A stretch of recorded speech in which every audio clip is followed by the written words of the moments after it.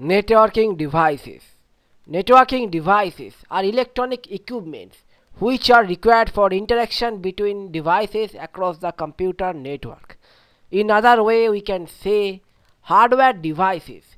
Those are used to connect computers, laptops, printers, and other equipments to a network are known as network devices.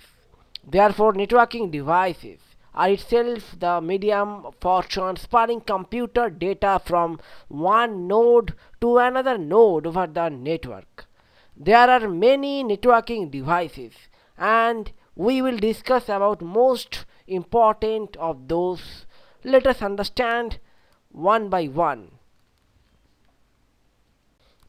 Network adapter. The primary network hardware that is required to be available in all computers, laptops, and printers for being connected to a network is the network adapter, or we may say network interface card, or it is also known as LAN card. Network adapter connects one computer to other computers across the network. Generally, it comes inbuilt and embedded with the networking devices like computers, laptops, and printers, but it is also available separately in the market. It can be connected in additional slot available in some motherboards for having extra option of LAN interface in a system. RJ45 connector. RJ45 connectors are generally available with 8 pin, that is standardized interface, which often connect computers and printers to a local area network. This type of connectors are developed for both telephone communication as well as for computer network connectivity. The similar type of dedicated connectors that are used for telephone connections are known as RJ11 connectors. The RJ45 has 8 copper small pointer head which comes in contact with the copper wire, while the Ethernet cable is inserted and crimped inside the RJ45 connectors. So the signal can be transmitted through the either side of the Ethernet cable having connected with RJ45 in both ends. The RJ45 connector is connected to the network adapter of computer or the devices in order to receive and send data packet over the computer network. Networking cables. Let us start the discussion about network cables. Networking cables are physical, long and thin in shape with round diameter networking hardware used to connect one network device to other network devices. It is commonly used to connect two or more computers in a network to share its resources, printers, and etc. Networking cables are a type of networking hardware used to connect a network device to one or more other network devices, or to connect two or more devices to a single computer or network devices. There are four types of network cabling. Let us discuss those one by one. Coaxial cable. If we closely observe the coaxial cables, then we will observe a single copper conductor at the center of it, where a plastic layer provides insulation between the center copper wire and the copper mesh shield, which is further protected by outside insulation. The mechanism of coaxial cabling helps to eliminate signal obstruction, but it is a complex process to install. It can cover long cable distance between network devices. There are two types of coaxial cables. One is thick coaxial cable and the other is thin coaxial cable. Fiber optic cable. Let us discuss about fiber optic cables. It is also known as an optical fiber cable. It contains one or more optical fibers that are used to carry light, and it possesses a center glass core surrounded by multiple layers of protective materials. This mechanism avoids electrical obstruction because instead of passing electronic signals, optical fiber cable transmit data as pulse of light through flexible optically pure fiber of glass or plastic, and this makes the process fast data transmission speeds over long distance.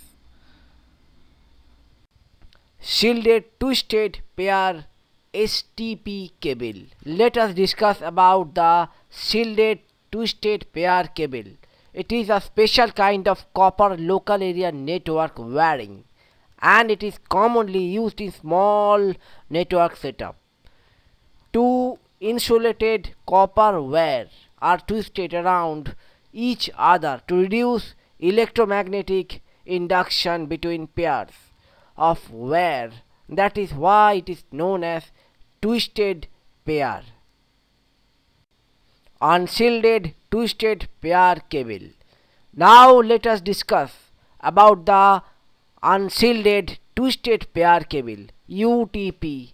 That cables are mostly used for LAN, that is local area network setup, with limited area coverage, having some computers, printer and other devices connected together in order to share resources among them. These cables consisting of 4 or 8 thin copper wire insulated with plastic cover, having separate colors of plastic coated copper wire inside it. In this cabling, two copper wire of a single circuit are twisted together for the purpose of improving electromagnetic compatibility. Modem. Modem is a networking device that enables a computer to send and receive data over the telephone and the cable lines. We know that the data understood by the computer is digital, whereas the phone line or cable wire can only transmit analog data. Therefore, the modem plays vital role to convert digital signal into analog and analog signal into digital. Modem is a combination of two devices. One is modulator and other one is demodulator. When the data is being sent by the computer across the network, then the modulator converts digital data into analog data, as only the analog signal can transfer through the telephone line or cable wire.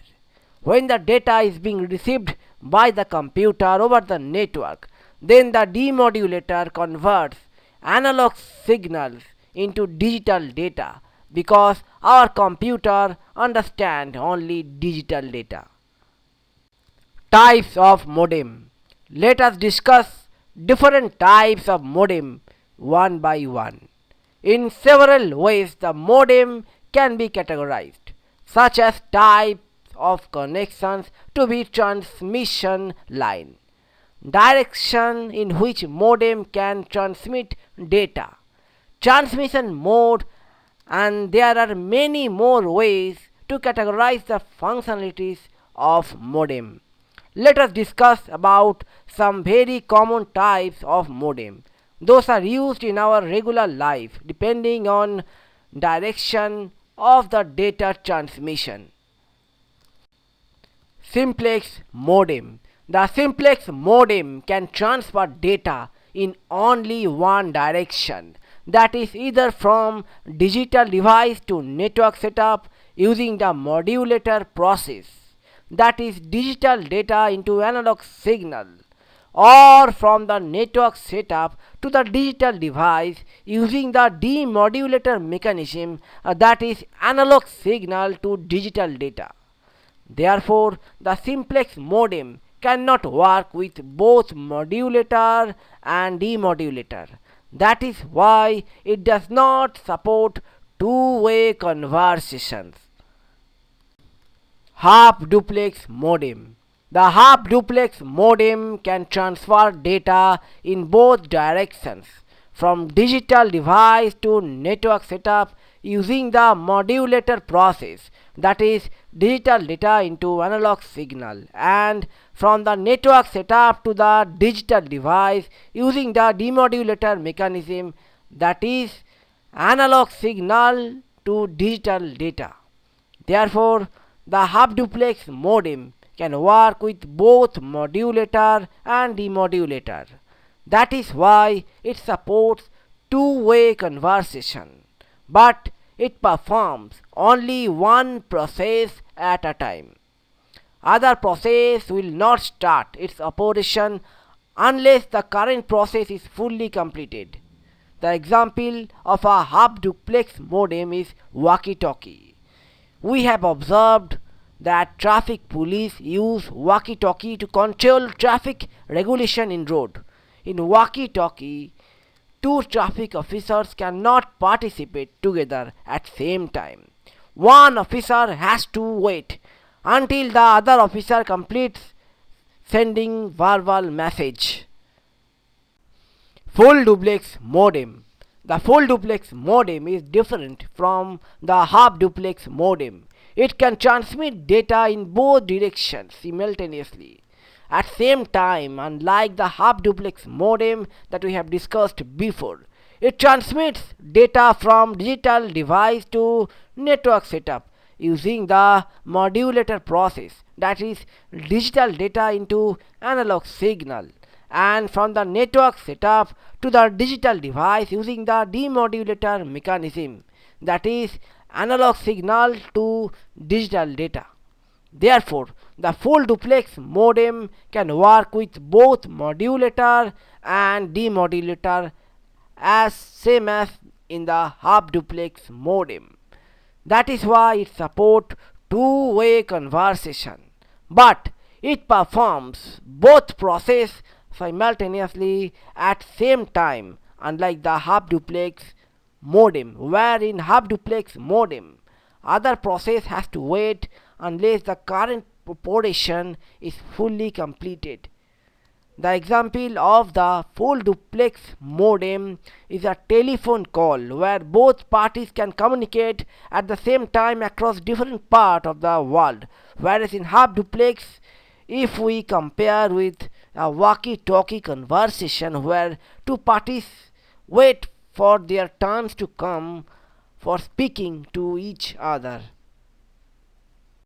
Networking hub. Let us understand about the networking hub. Hub is a networking device that broadcasts data to all actively connected computers and other networking devices in a network.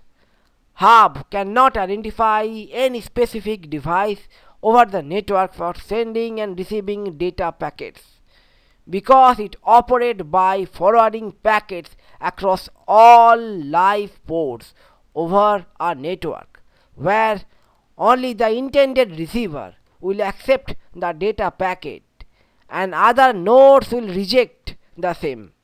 In this way, hubs makes the network congested, and the bandwidth speed is also divided by the number of active ports connected to a network.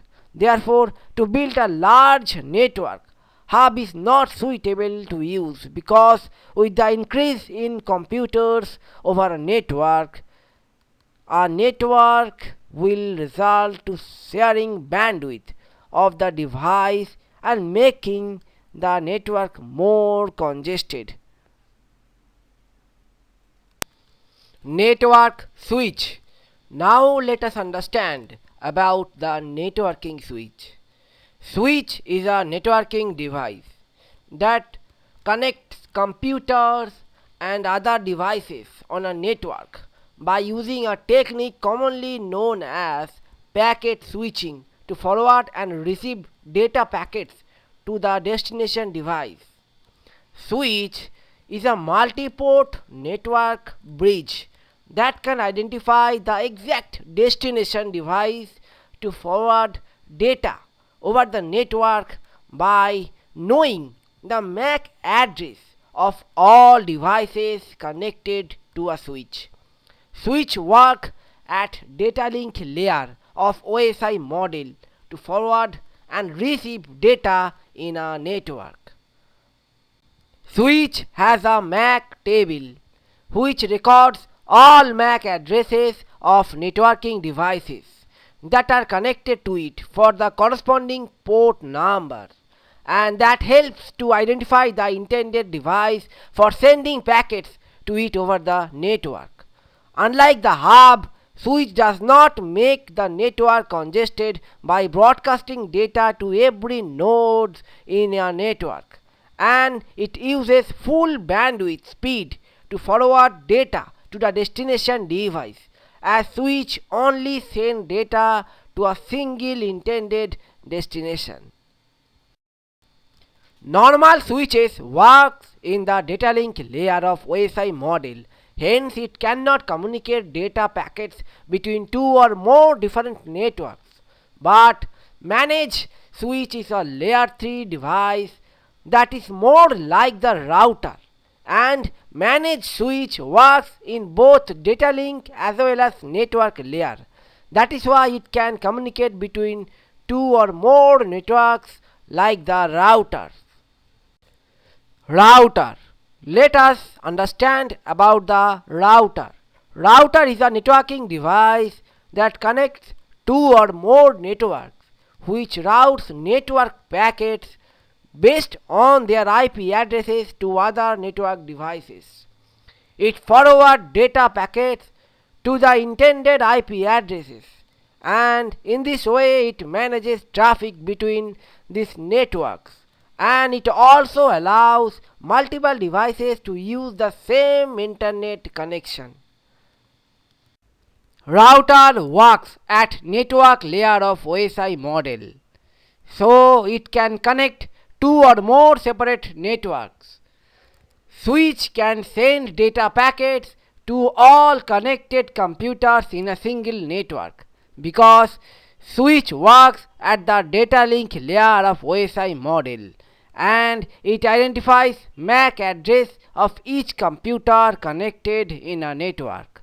But switch cannot send data packets from computer of one network to the computer of another network, because switch cannot understand IP address, whereas router understands the IP address along with the host and network address. Therefore, router can send data packets from computer of one network to the computer of another network by identifying the IP address of networking devices connected to it. Network repeater. Now let us learn about the network repeater. Repeater are network devices that operate at physical layer of the OSI model. Repeater amplifies or regenerate an incoming signal before retransmitting it to the next node. Repeater are used in the network to expand its coverage. So the repeaters are also known as signal booster. Repeater can boost both type of signal, the signal which is directed through the cable as well as the signal of Wi-Fi devices. The Wi-Fi repeater forwards wireless signal from the router to cover a wide area such as multiple floors in an office building. Therefore, the role of repeater is to regenerate the weak signal over the same network before the signal becomes too weak for extending the length to which the signal is required to be transmitted across the network. Network firewall. Now let us discuss about firewall. There are two types of firewall. One is hardware firewall and other is software firewall. Software firewall is a program works on defined set of security rules that is installed in a system which ensures security for the system by controlling outgoing and incoming network traffic. Antivirus that is installed in our system can work as software firewall, and Windows operating system has its own software firewall application which gets installed in the system automatically when we load the Windows operating system in our computer. Hardware firewall is a network hardware device that monitors and filters incoming and outgoing network traffic based on defined set of security rules for all internal networking devices of an organization. Therefore, it acts as a barrier between internal private network of the organization and external public network of the internet. Therefore, the hardware firewall allows non-threatening traffic inside an internal private network and prevent malicious or unwanted data traffic of the external public network for protecting the computer of the organization from virus and several attacks. DHCP server. DHCP server is a server having a database which holds private IP addresses between a defined range that automatically assign those IP addresses, default gateways and other network parameters to other connected client machine. DHCP server follows the standard protocol known as Dynamic Host Configuration Protocol. So DHCP responds to broadcast queries by its client machines. Therefore, it is a network management protocol that is used to automate the process of configuring IP addresses to machine in a network. This allows our devices to use network services such as DNS and any communication protocol based on UDP or TCP. Let us understand the same with an example. In an organization, we have 5 computers and those 5 computers are needed to be assigned with their IP addresses. But that should not be static IP addresses.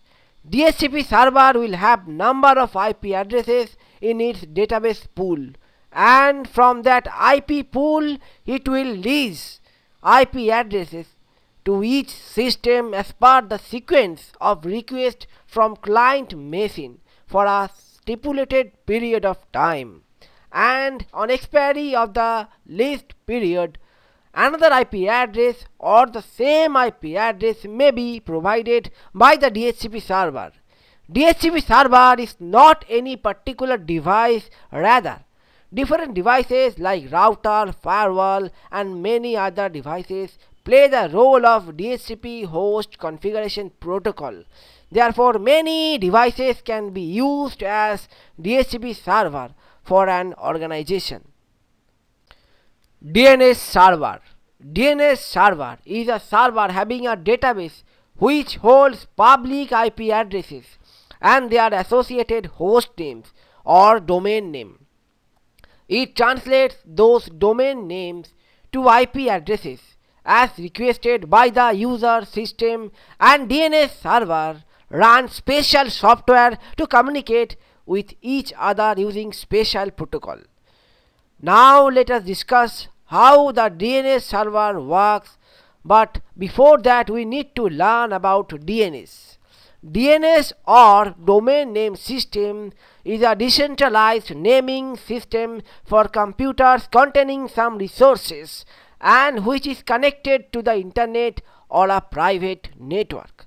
Each networking device has unique set of number which is known as IP address of that device, And when any device wants to communicate with another device in a network, then it is only possible to find that intended device by its unique set of number, which is known as IP address. But the problem is that it is not easy to remember the IP address of those devices which we want to request in order to access its resources. That is why the DNS plays the vital role to let us remember the short name instead of those complex number while we are going to fetch resources across the network. It is enough easy to remember the short name as facebook.com instead of remembering 69.176.13.69. So, the DNS domain name system is a process of mapping an unique short name with a unique set of IP address for a particular device in a network. Now, let us talk about the DNS server. So, the DNS server stores all public IP addresses along with its associated short names, that is domain names, or we can also say host names. When our system sends request to any server over the network through its domain name, let's say facebook.com, then our request will first go to the DNS server. Then the DNS server will search the IP address of facebook.com from its database. Now, after finding the IP address of that requested domain name, then DNS server will send back the IP address to our system.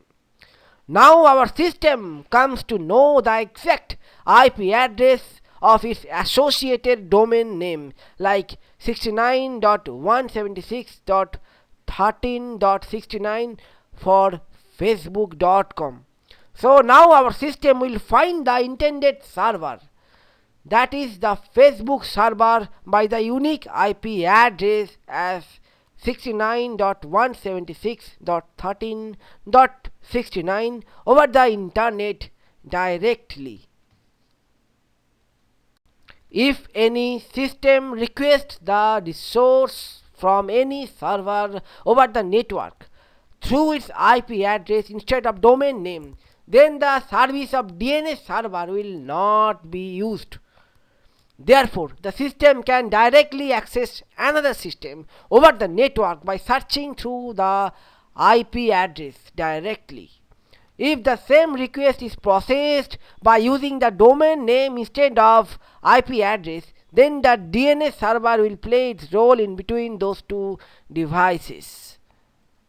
That is why when we access any server or any device that is connected in a private or public network through its IP address, then it responds quicker to compare when we request through domain name, as it takes some more seconds by the DNS server in between to search the intended device IP address from its database and sending back to the calling device to re-access again with the IP address.